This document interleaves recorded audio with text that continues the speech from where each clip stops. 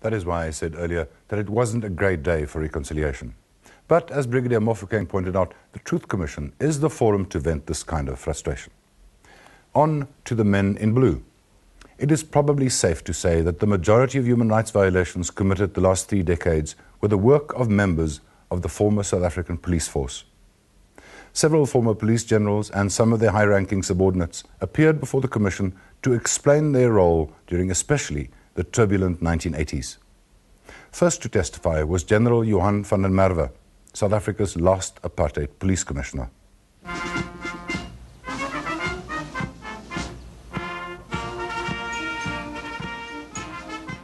General Johan van der Merwe, head of the security police in the 1980s and National Police Commissioner in the 90s, told the TRC that there was never a general policy authorizing unlawful actions by the police against opponents of apartheid. Voorzitter.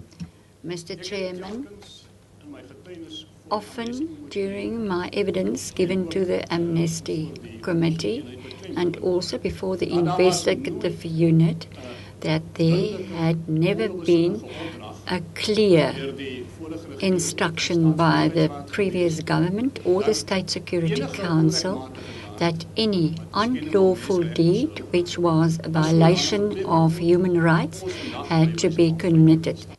However, he claimed that such actions were carried out under certain circumstances and that senior members of the State Security Council or certain politicians had to accept responsibility for those actions. But when the National Party made its submission, when the former State President made his submission, he said actions of an unlawful nature were never authorized. They were either bona fide misinterpretations of lawful instructions, or there were bona fide actions as a result of people who were overzealous, or they were mala fide. That those people, you, didn't mention you in particular, but you and your subordinates were bad apples, and that was never authorized. Can you comment on that perspective, please? Voorzitter.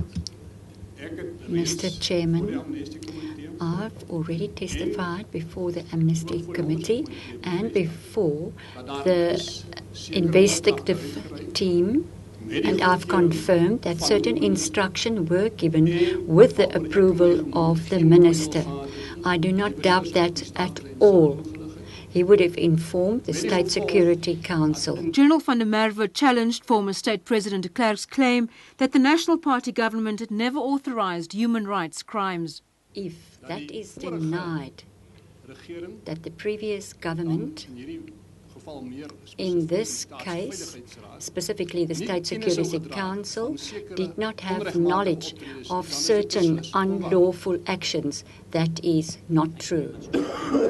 General van der Merwe's predecessor, General Johan Coetzee, said that he had no knowledge of unlawful operations being carried out within the country, and denied ever having issued an illegal instruction. I did not, sir, give any policeman any illegal instruction, unlawful instruction, kill a person, assault a person, or do anything of that nature, sir. As a matter of fact, the Vice Chairman has spoken about people in incarceration. We had extensive instructions published in force orders about how these people should be dealt with, sir. Not anything illegal contained in that, sir. How they should be treated. If a policeman stepped outside that, he must explain that, sir. He must explain his actions. You never authorized anyone. And if any person under your command purported to authorize someone to commit an unlawful act, that person would have been acting unlawfully. Is that correct? That person must be asked, Mr. Governor. That person would be acting unlawfully. That person must be asked. I'm asking you whether that person acted unlawfully or not. It's a simple question. Yes, but you place it in a very simple category, sir. The fact is, you're asking me, I've told you, sir, I've told you that I haven't given any policeman, not a single policeman, any order to commit an illegal act. Whether he constructed what I said in a wrong way, whether he constructed what I said in another way that I meant it, I cannot comment on it. He is the man. His mind must be proud, not mine. What I think we find difficult to understand is how this could take place. How people could die, could be tortured, could be abducted, could be buried, and many of them, and people like yourself and others just didn't know, weren't aware of, that these people were acting unlawfully or illegally or misunderstood or... Help us. I mean, how is it possible for that to take place? No, I think, sir, one should look upon this whole matter in its whole situation. It lasted, sir, 30 years. What was described by both sides as a war situation lasted for more than 30 years. It was all done on a need-to-know, underground basis, both from the side of the ANC, APLA, South African police, the army, and everyone that participated in this. So in that situation, sir, I say that it's not a normal situation where you have evidence, information at your fingertips. In those cases, Mr. Chairperson, and I can mention them if it's necessary, where I became aware, Vlakplaas operatives, I had them charged for murder, sir. I denied them. Vlakplaas, the notorious security police unit outside Pretoria. This week, the former security police boss, to whom the men of Vlakplaas had to answer, spoke publicly for the first time. Thank you very much. Schoen told the TRC that he'd never been disciplined for authorizing actions of an illegal nature, and said that former commissioners and ministers of police, such as Louis Legrandsie, Adrian Vlok, Johan van der Merwe and Johan Coetzee, had all visited Vlakplaas. I think there was one occasion when I met Minister Vlok personally.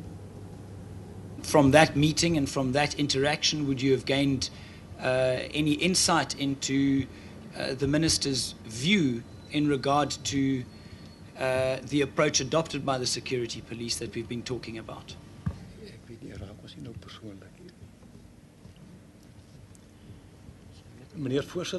Mr. Chairman, I think this is a very personal question, and I would rather not answer this here.